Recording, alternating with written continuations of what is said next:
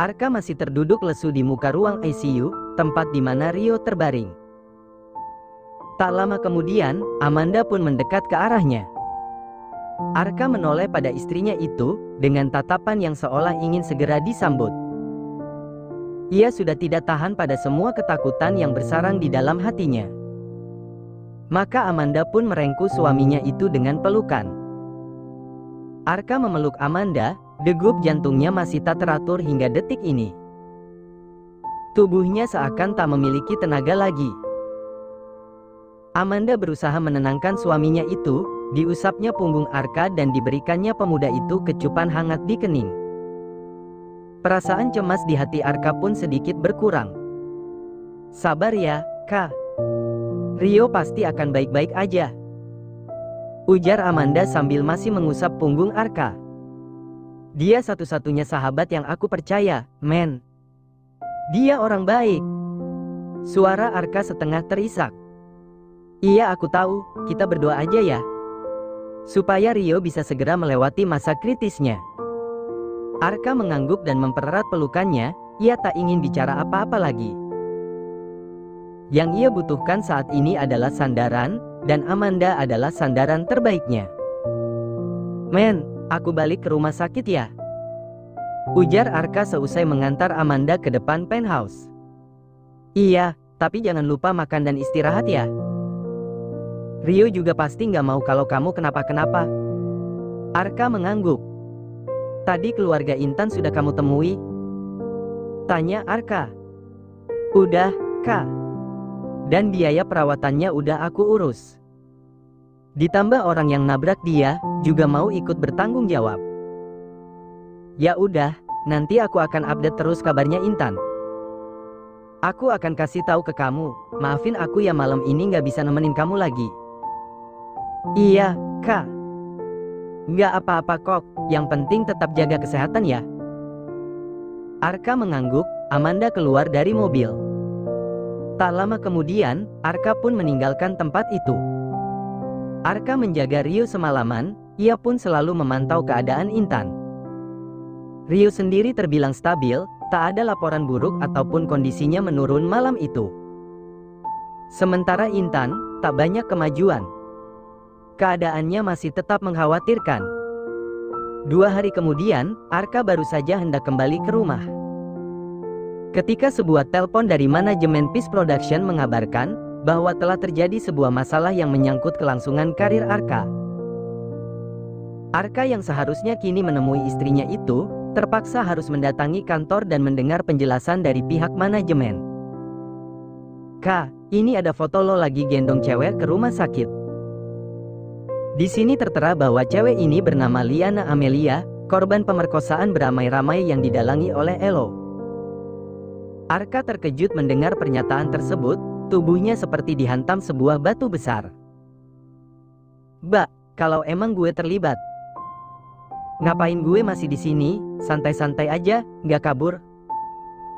Menurut thread yang beredar di Twitter ini, lo suka sama Liana. Tapi Liana nolak lo, dan akhirnya lo mendalangi perkosaan ini. Lo tampil sebagai pahlawan supaya Liana mau menerima lo. Gila kali ya, gue bener-bener murni nolong dia. Rio saksinya, gue jalan sama Rio malam itu. Gue dan Rio menemukan Liana sudah terbaring di jalanan yang sepi. Lo kenal sama Liana? Dia yang kerja sama istri gue. Kak, gue juga sulit percaya sama hal ini. Pak Jeremy dan Pak Philip juga percaya sama lo. Cuma masalahnya klien kita, nggak bisa kita paksa untuk percaya. Netizen sudah terlanjur memiliki persepsi dan sekarang nama lo sedang heboh di jagat maya. Banyak klien yang meminta dibatalkan kerjasamanya sama lo. Arka terduduk lesu, keringat dingin mengucur deras dari tubuhnya. Siapa pelakunya? Siapa yang sudah melakukan ini padanya? Dengan emosi yang memuncak, Arka pun meninggalkan ruangan itu. Meski Mbak Arni belum ingin dirinya pergi, karena masih harus menunggu kedatangan Philip dan juga Jeremy. Arka mengemudikan mobilnya ke kampus dan mencari di mana Robert. Tak butuh waktu lama, Arka pun mendapatkannya. Tanpa basa-basi segera saja Arka mendekat lalu menghajar pemuda itu. Dalam sekejap Robert pun terjatuh, ia terkejut mendapat perlakuan seperti itu dari Arka. Belum sempat ia melawan, tiba-tiba Arka sudah melakukannya lagi. Suasana sedang sepi, tak ada yang melihat peristiwa itu. Karena terjadi di sebuah sudut, saat Robert tengah mengerjakan sesuatu di laptopnya. Diketahui jika Robert adalah tipikal manusia yang tak terlalu suka keramaian, kecuali untuk keperluan syuting dan pekerjaan. "Apa-apaan ini?" teriak Robert, seraya menyeka darah yang keluar dari sudut bibirnya. "Lo kan yang nyebar foto gue dan bikin gue jadi bahan gunjingan. Maksud lo apa, Kak?" tanya Robert tak mengerti. "Nggak usah pura-pura bego, lo bangsat. Hadapin gue sini." Arka menarik kerah baju Robert dan menghajarnya lagi. "Kak, gue bener-bener nggak ngerti," teriak Robert lagi. "Nggak ngerti lo bilang?" Arka menghempaskan Robert hingga ia terjatuh, lalu menunjukkan berita di handphonenya pada pemuda itu. Robert pun membaca dengan ekspresi wajah yang terkejut. "Kak, gue bener-bener nggak tahu soal ini. Bukan gue pelakunya. Lo selama ini selalu gak suka kan sama gue? Karena gue adalah mantannya Maureen dan lo suka sama Maureen. Gue gak pernah pacaran sama Maureen." Arka terdiam mendengar pernyataan itu. Maureen yang ngejar-ngejar gue dan menganggap kalau gue itu adalah pacarnya dia. Kenapa lo kelihatan mesra di depan umum kalau emang lo gak cinta sama dia? Maureen pegang sebuah rahasia tentang gue. Gue pernah operasi plastik di beberapa bagian wajah dan tubuh gue, dan itu dirahasiakan. Maureen ngancam kalau gue gak mau jadi pacarnya, dia bakal bikin hancur karir gue, dia bakal sebar itu semua. Gue terpaksa, Kak. Karena gue masih punya 3 adik yang masih dalam tanggungan gue. Bokap gue gak tahu di mana, nyokap gue gak kerja. Gue mana ada waktu buat jahatin orang lain, sedangkan masalah hidup gue aja udah numpuk. Maureen macarin gue buat pansos," ujar Robert kemudian. Arka berpikir apa mungkin ini semua adalah ulah Maureen. "Gue gak pernah iri sama siapapun dan gak pernah mencoba merusak karir siapapun, Kak. Asal lo tahu aja, ada banyak tawaran yang gue tolak. Cuma supaya bisa dilempar ke elo, gue gak pernah serakah dalam kerjaan. Coba lo lihat dulu di sekitar lo, mungkin ada orang lain yang selalu pengen ngeliat lo kehilangan segalanya." Arka menatap Robert, tak ada satu kebohongan pun di mata dan nada suara pemuda itu. Seketika Arka pun dihantui rasa bersalah. Sementara di kantor, Bak Gayung bersambut. Masalah demi masalah yang muncul pada diri Arka pun turut muncul ke dalam diri Amanda. Entah dosa apa yang sudah ia perbuat, tiba-tiba kepemimpinannya dialihkan pada Rani. Amanda benar-benar tidak mengerti, para petinggi dan pemegang saham mengadakan rapat dadakan. Lalu kemudian menyetujui semua itu. Sebuah surat pernyataan bertanda tangan Amanda, yang menegaskan bahwa ia meminta Rani untuk menggantikannya pun terlihat di depan matanya. Tanpa diberi kesempatan bicara, di hadapan para petinggi dan pemegang saham, Amanda dicecar dan dituduh telah menjual rahasia perusahaan kepada perusahaan saingan. "Saya tidak pernah melakukan semua itu."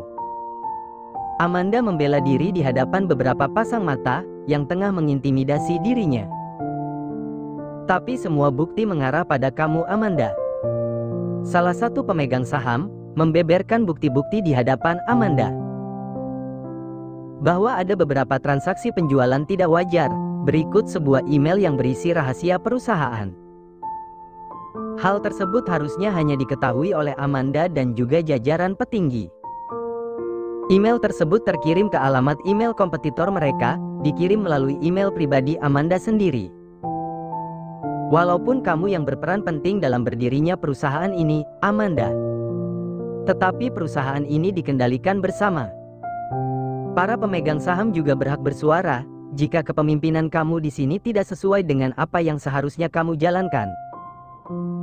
Amanda diam, ia sulit untuk berpikir kali ini. Ia tahu telah terjadi konspirasi penjebakan yang dilakukan oleh orang-orang terdekatnya. Kami dengan terpaksa memberhentikan kamu sementara, sampai kasus ini benar-benar selesai diselidiki. Dan untuk kepemimpinan, sesuai dengan mandat yang kamu berikan, kami akan menerima Rani sebagai pemimpin sementara di sini. Walaupun itu menyalahi aturan. Karena kamu memberikan mandat kepada Rani pada saat kamu masih menjabat sebagai pemimpin di sini. Saya tidak pernah memberikan mandat apapun. Tapi di dalam surat ini terdapat tanda tangan dan stempel yang biasa kamu gunakan. Saya tidak pernah melakukan itu semua. Biarkan tim investigasi yang mencari bukti, sebaiknya kamu istirahat saja dulu di rumah. Rapat pun dibubarkan. Amanda terpaku di tempatnya, keringat dingin kini membanjiri sekujur tubuh wanita itu. Ia segera keluar dan mencari Rani, namun perempuan itu tidak ada. Ia sudah sangat ingin mengamuk pada wanita itu, karena tak menyangka jika Rani akan setega itu padanya. Ia meneriakkan nama Rani, berharap wanita asteris itu muncul ke hadapannya. Namun ia malah dihalangi oleh security. Saya pemimpin di sini, kenapa saya dihalangi? Teriak Amanda pada pihak keamanan. Maaf, Bu. Kami hanya menjalankan perintah para petinggi lain dan juga pemegang saham. Ujar salah satu dari pihak keamanan tersebut.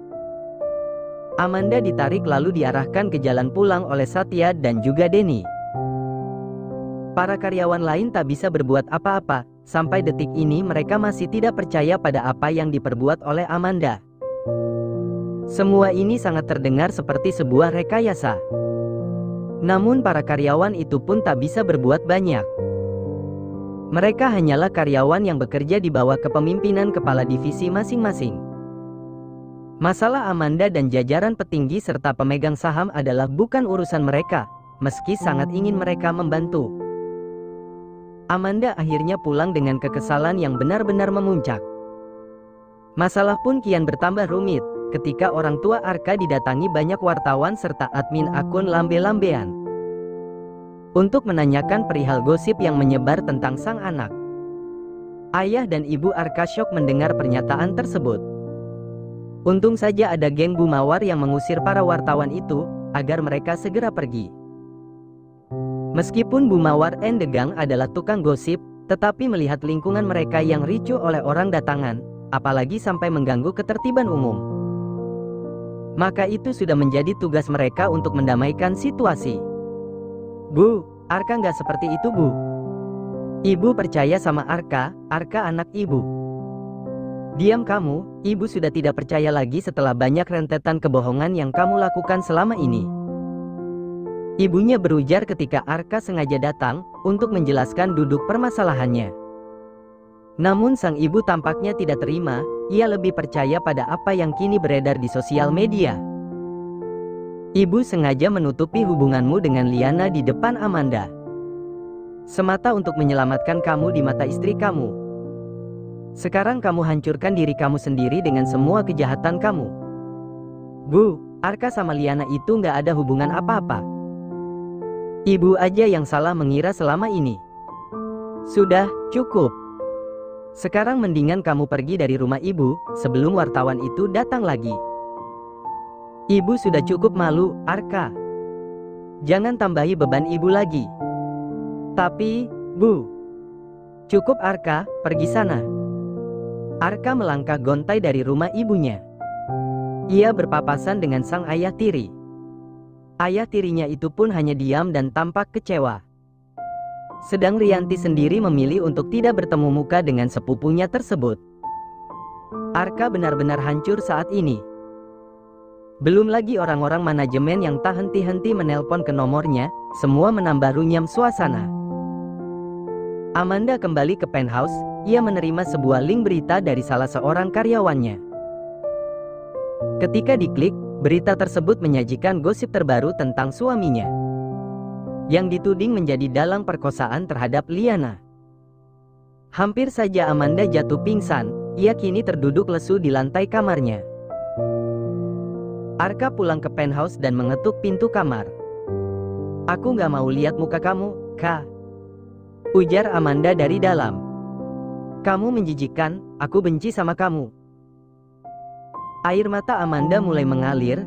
Arka tahu pastilah berita ini telah sampai ke telinga istrinya. Ia mendengar isak tangis dari dalam sana, sementara kamar dikunci oleh Amanda. Kini dua-duanya terdiam lesu. Arka duduk sambil bersandar di pintu kamar istrinya. Pikiran mereka seakan berada di sebuah labirin yang tak berujung, seolah tak ada jalan keluar sama sekali. 1 jam Arka dan Amanda terdiam, merenungi semua kejadian yang menimpa mereka. Sampai kemudian Arka merasa jika ia harus bangkit dan menyelesaikan perkara ini satu persatu. Tok, tok, tok. Arka mengetuk pintu kamar, namun tak ada jawaban dari Amanda. "Men, buka pintunya." Amanda masih tak menjawab. "Men, aku masih suami kamu ya? Aku bilang buka pintunya."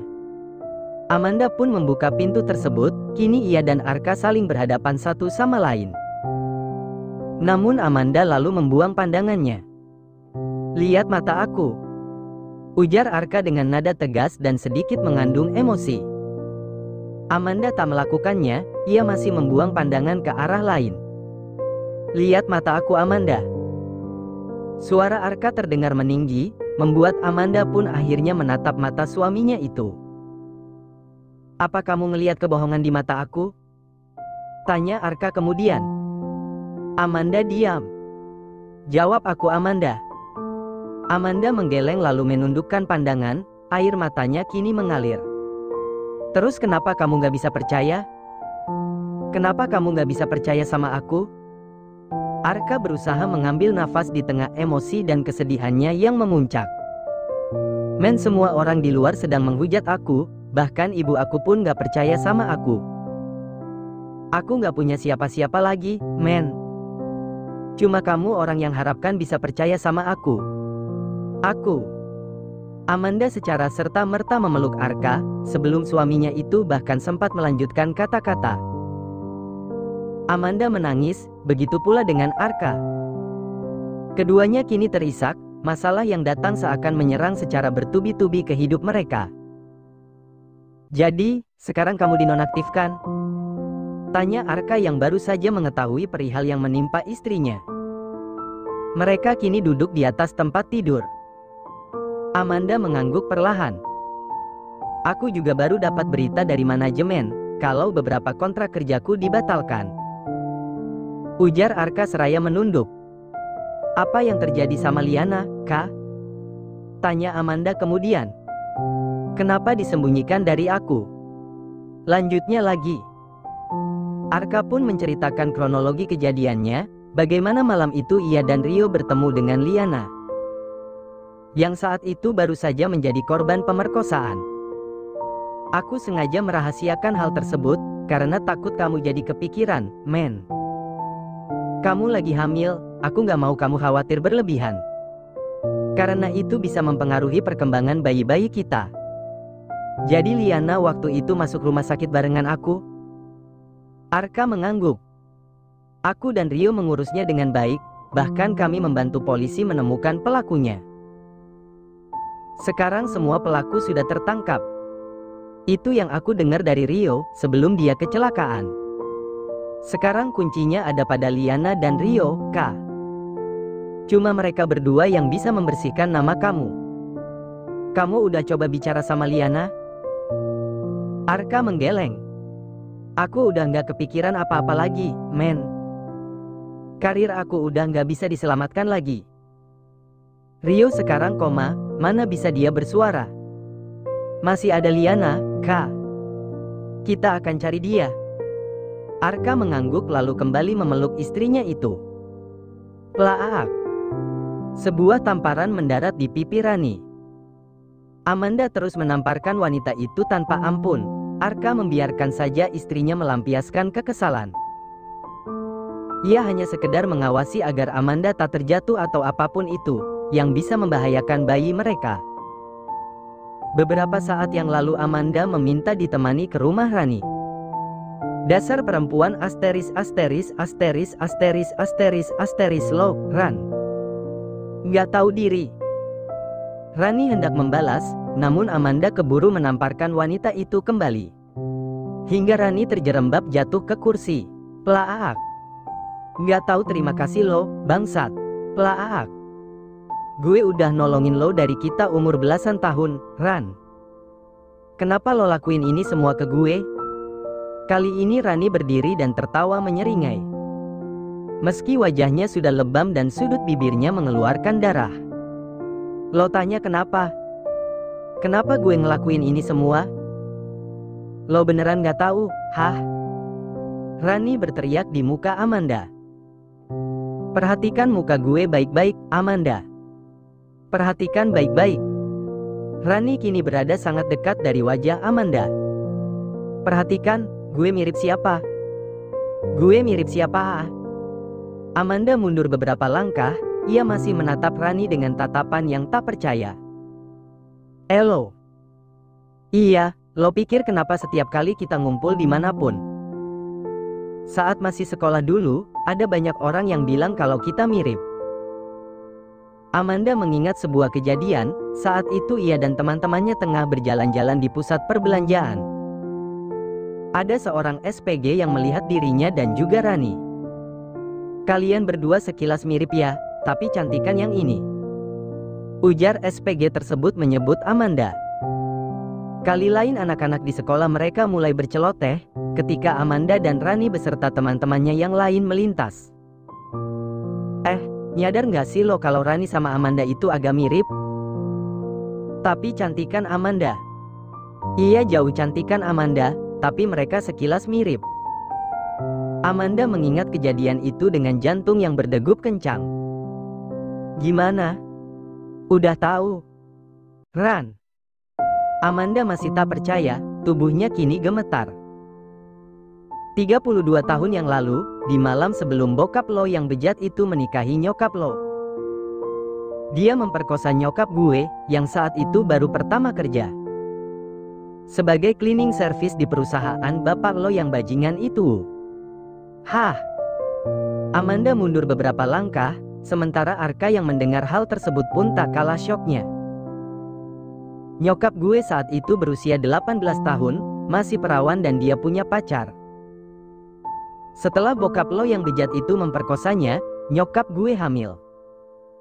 Dia diusir keluarganya, ditinggal sama pacarnya, bahkan jadi bahan omongan satu kampung.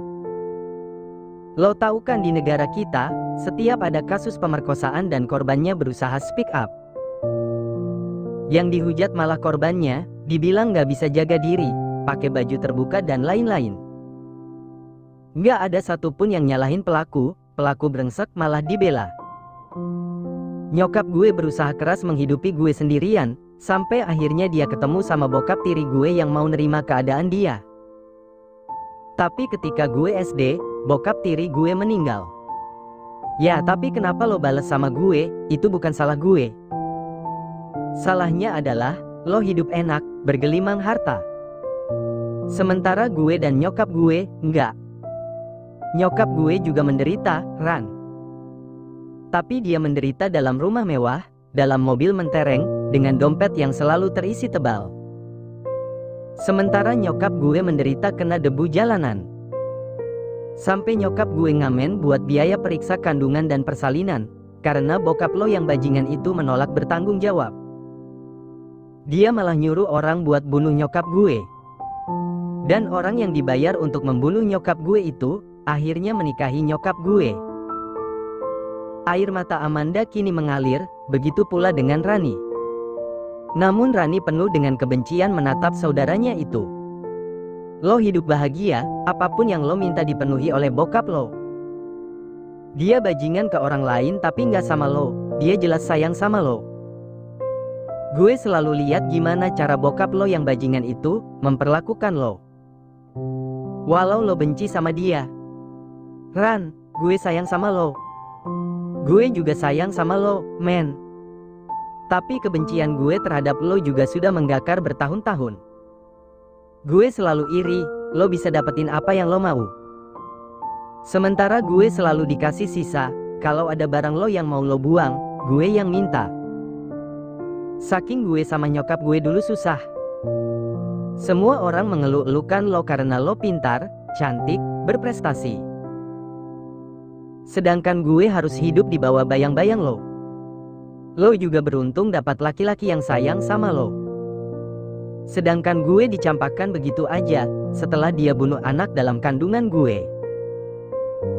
Dan dia bebas berkeliaran karena uang istri barunya yang jadi jaminan.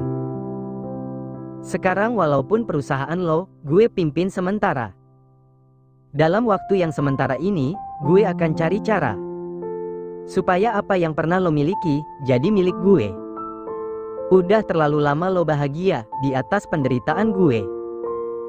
Rani berlalu meninggalkan Amanda begitu saja, sementara kini Amanda menangis di pelukan Arka.